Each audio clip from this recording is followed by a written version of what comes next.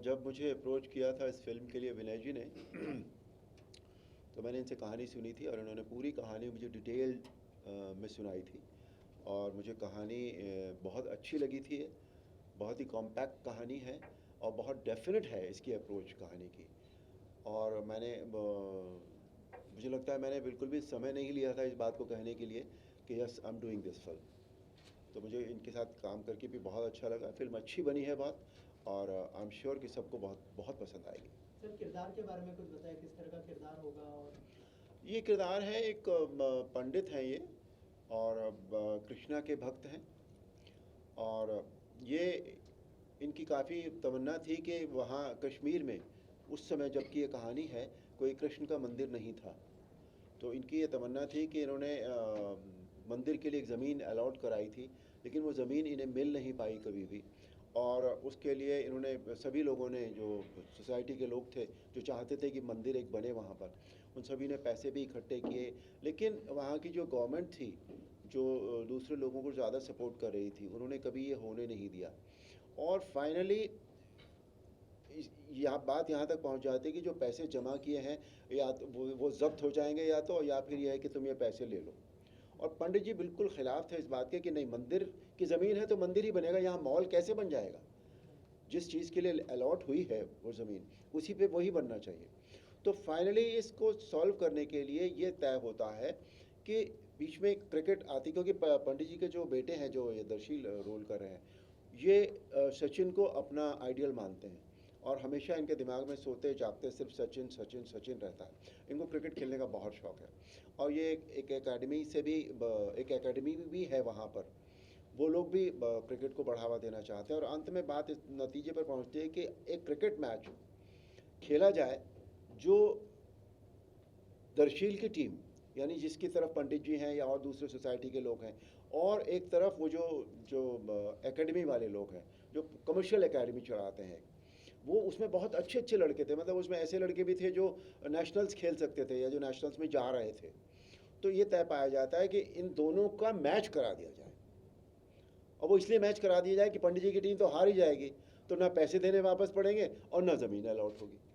इसके लिए ये मैच कराया जाता है और फिर ये मैच से क्या होता है, कैसे ये बच्चा जो है खेलता है और इसमें पंडित जी का क्या रोल होता है, वो ये पूरी कहानी है।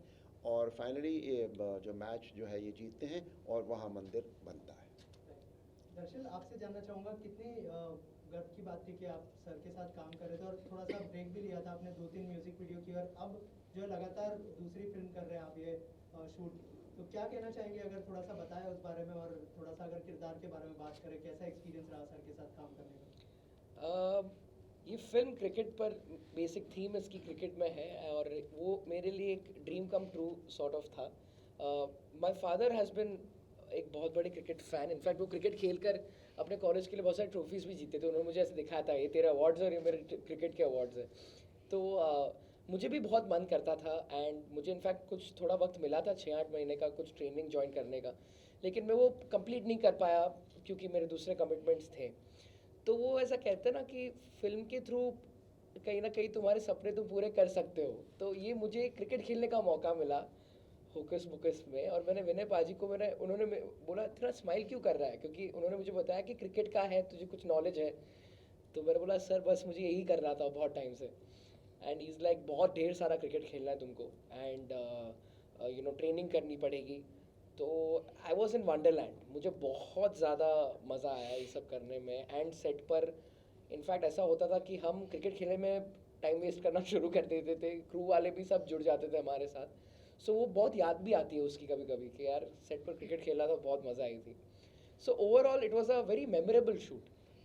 एंड अरुण सर के साथ काम करना मतलब एकदम सीधी बात है। आई मीन फॉर मी, मैं ऐसा सोचता हूँ कि मैं कितना सीख सकता हूँ, मैं कितना समझ सकता हूँ। मैं ऑब्जर्व कर रहा था उनको एंड वो जब बात करते थे विनय सर के साथ, सोम सर के साथ, कि जो जब वो लोग सीन एक्सप्लेन करते थे एक दूसरे को, तो वो जो वार्तालाप होता था, मैं थोड़ा सा ऐसे घूमता था आसपास, मैं पूछता था क्या पूछा ये वो, क्योंकि मुझे बहुत क्यूरियोसिटी होती थी अप्रोच जानने की।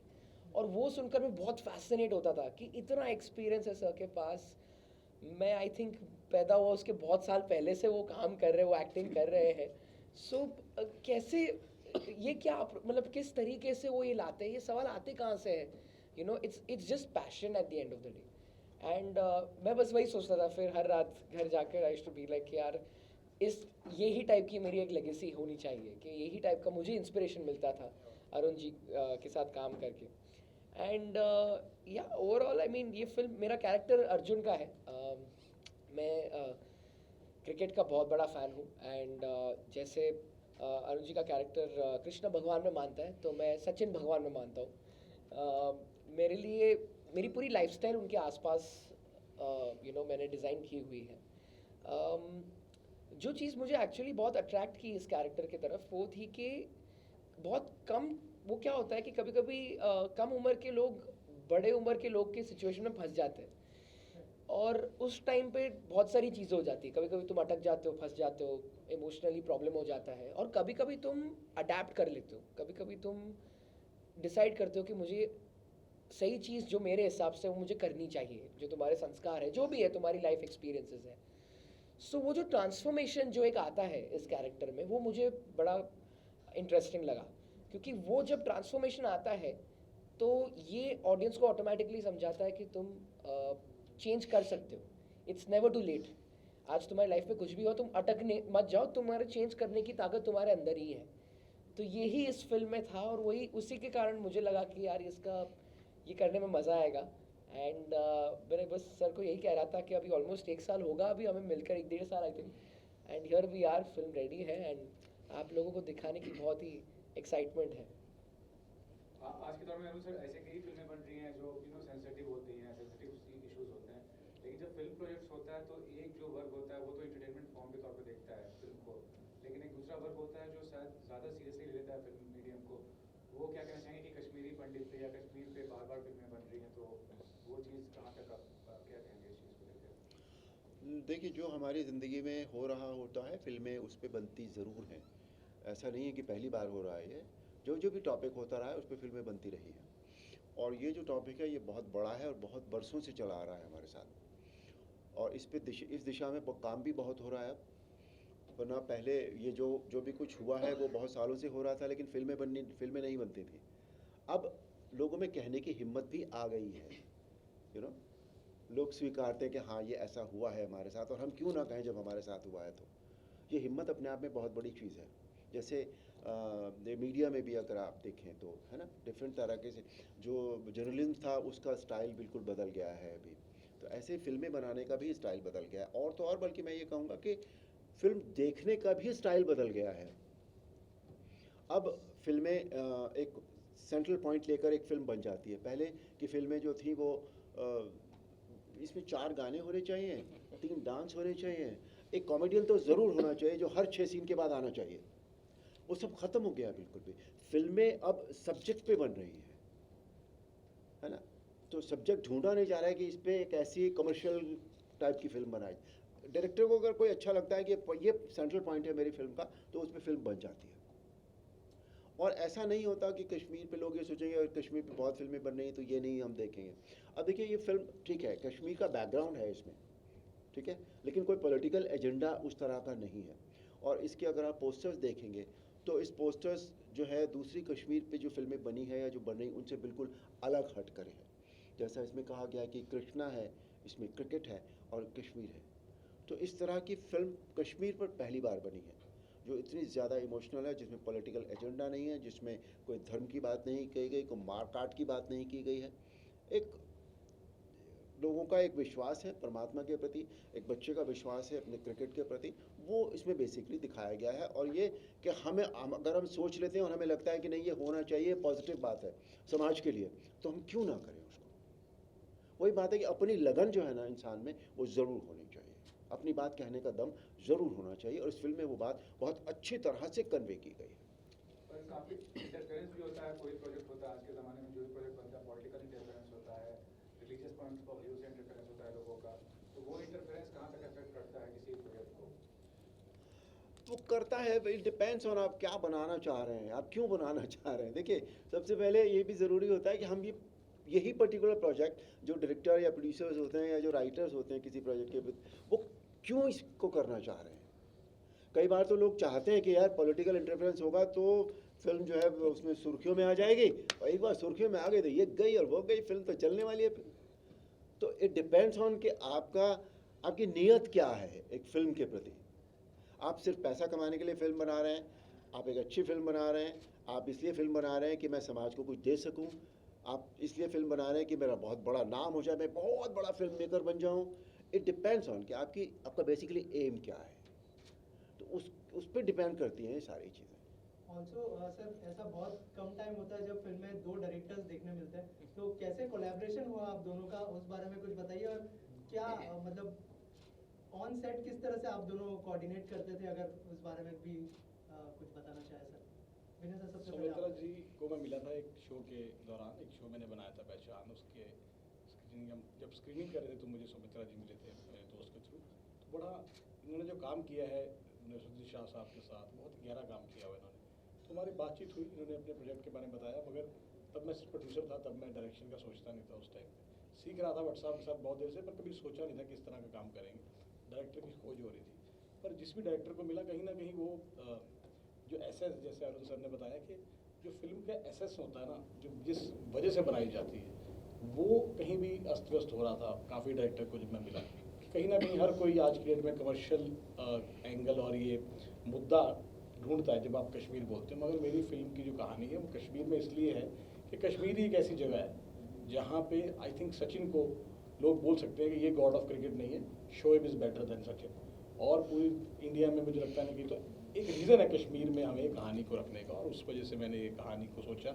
इसके लिए डायरेक्टर को ढूंढा, तो मुझे एक जैसे ना वन स्टॉप शॉप, जहाँ मुझे लगे कि ये जिस भाव से बना रहा हूँ, तो वैसा कुछ जब नहीं समझ आया तो मैंने ठाना, और क्योंकि मुझे क्लैरिटी थी कहानी को, हमने बहुत देर तक इसको बुनाया, तो मैंने पहली बार डायरेक्शन के पॉइंट ऑफ व्यू से प्लान किया कि मैं इसको करना चाहूँगा। लेकिन डर होता है शुरुआत में कि ऑन सेट की कुछ काफ़ी चीज़ें होती हैं, इतने लोगों को साथ लेके चलना और साथ में प्रोड्यूस भी करना, ये एक बहुत मुश्किल काम है आज के दौर में, क्योंकि फिल्में बहुत बड़े लेवल बनती। तो इसलिए मैंने सौमित्रा जी से उनका साथ मांगा कि अगर आप इमोशन पकड़ और आप सेट पे हमारे साथ होंगे तो एक साथ रहता है।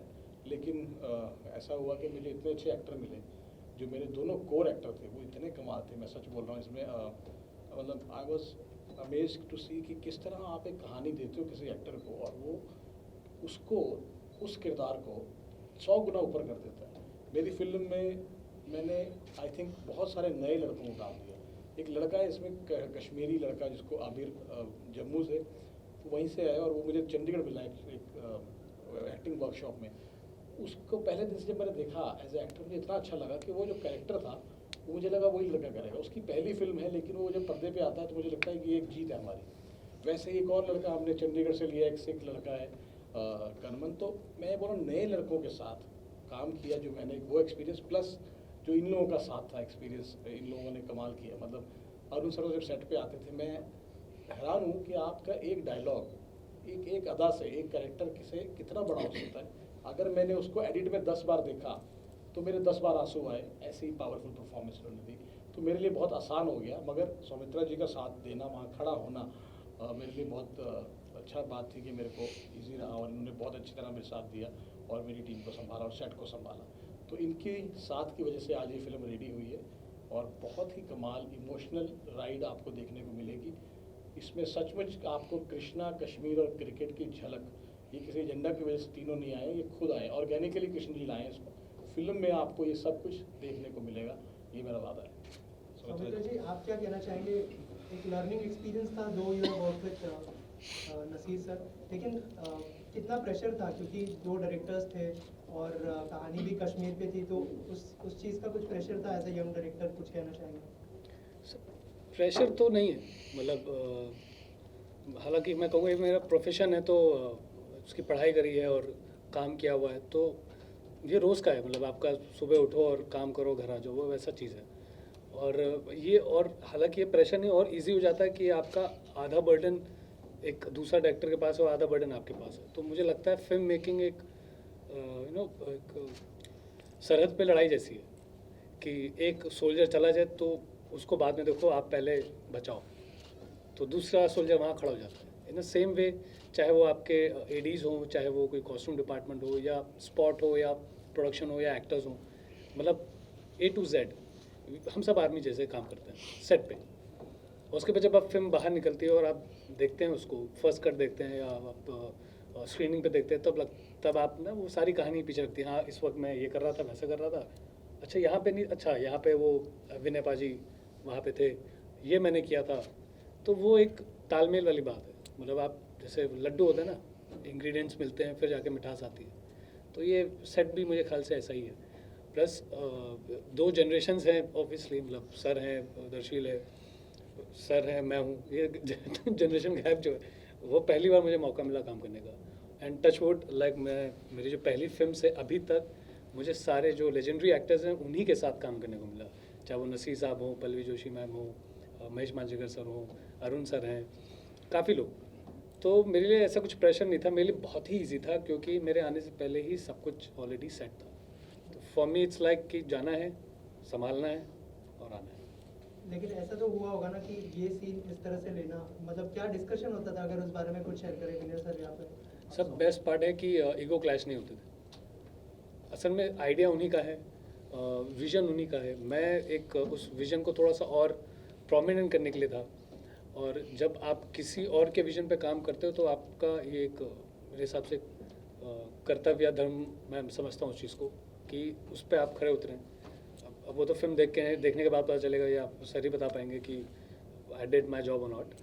बट ऐसा कुछ नहीं था यार, मतलब मैं बहुत ही शॉर्ट था सेट पे, क्योंकि काम कर रखे हैं सबने यहाँ पे, तो ऐसा कोई नहीं था। हाँ, जो क्रिकेट क्योंकि मेरे लिए पहली बार था, हम लोग बहुत ही सन को लेके बहुत परेशान थे पूरे फिल्म में कि सन इधर आएगा, इधर आएगा, उधर आएगा। लेकिन जब आप काम करते हैं और खुले मैदान में गर्मियों में आप काम कर रहे हैं, तो खाना पीना आप भूल रहे हैं, क्योंकि ये ख़त्म करना है हमें, एक क्वालिटी देनी है, ऐसा भी नहीं कि कुछ भी दे दिया है। तो वो एक थोड़ा स्ट्रेस होता है, लेकिन ऑल ओवर सब ने अपना काम किया, चाहे वो सम्राट हो, जग्गी हो, या एक्टर्स हैं हमारे जितने भी नए एक्टर्स और जिनका ऑलरेडी एक्सपीरियंस है, सब ने अपना काम किया। और बेस्ट पार्ट है सब ने अपना ही काम किया, कोई किसी के काम में नहीं गया, नहीं ये मैं करता हूँ, नहीं मैं वो। तो इसलिए वो फिल्म एक अच्छी बन के आती है। विनय सर, आप कुछ ऐड करना चाहेंगे इसमें? बस वही कहना चाह रहा हूँ कि ये बहुत लोगों की कोशिश है इस फिल्म को यहाँ तक जो लेके आए हैं। बहुत सारे न्यू कमर हैं इस फिल्म में, और चाहे वो मेकिंग में हो, चाहे वो एक्टर हो, और हमारे पास बहुत ही कमाल के किरदार इन्होंने जो निभाए, इनके ये हमारे मेन ट्रेन का जो मेन इंजन है वो ये लोग हैं। इनकी परफॉर्मेंस, मुझे तो ऐसा लगता है कि जब मैंने दर्शील और अनु सर के कई सीन देखे ना, तो मुझे ऐसा लगता है कि जैसे सर ने मुझे बताया कि 18 साल के लिए ही वेंट मतलब spiritually way, he is such a fine actor. मैं हैरान हूँ, मतलब अभी तक आई बिलीव के व्हाट आई हैव सीन, जो आप लोग कल से देखेंगे, the acknowledgement which he deserves as a actor, I believe कि इस फिल्म से सबको समझ आएगी। अगर एक नया डायरेक्टर अरुण सर से ऐसा काम करा सकता है, तो मुझे लगता है कि सम रिनाउंड एक्टर जिनको लगता है कि वो बहुत अच्छा काम करते हैं, उनको सोचना पड़ेगा। क्योंकि मैं इतना कंफर्टेबल था और इतने अच्छे शॉट्स मैंने देखे कि I am so much thankful. और आप सबको ये फिल्म देखनी चाहिए, फैमिली के लिए और हम सब की कोशिश के लिए। एक सच्ची बात लेके आ रहे हैं, कोई एजेंडा के साथ नहीं आ रहे, कि विश्वास के साथ अब आप चलते हो। कोई चाहे सचिन के साथ विश्वास रखता है, कोई कृष्ण के साथ। आखिर में जो सही रास्ता है वो कैसे मिलता है, कैसे सारे एंगल्स मिलके एक जगह आ जाते हैं, मंदिर कैसे बनता है, इस पूरी कहानी को देखने के लिए कल से आप थिएटर में जाइए। बहुत ही लिमिटेड रिलीज़ है, पीवीआर ने इसको डिस्ट्रीब्यूट किया है, पूरे इंडिया में इसकी रिलीज़ है। आप इसको देखिए और इसको शेयर कीजिए। ये मे बी मार्केटिंग वाइज इतना ग्लिटर आपको नहीं लगेगा, लेकिन कंटेंट वाइज आज की डेट में कोई भी बड़ी फिल्म हो, आई एम श्योर कि you stand at far much bigger than that. ये मेरा आप लोगों से बात है। आखिर में जो है अरुण सर एंड दर्शिल, आप क्या मैसेज देना चाहेंगे ऑडियंस को? क्या कहना चाहेंगे सर ऑडियंस? आप दीजिए।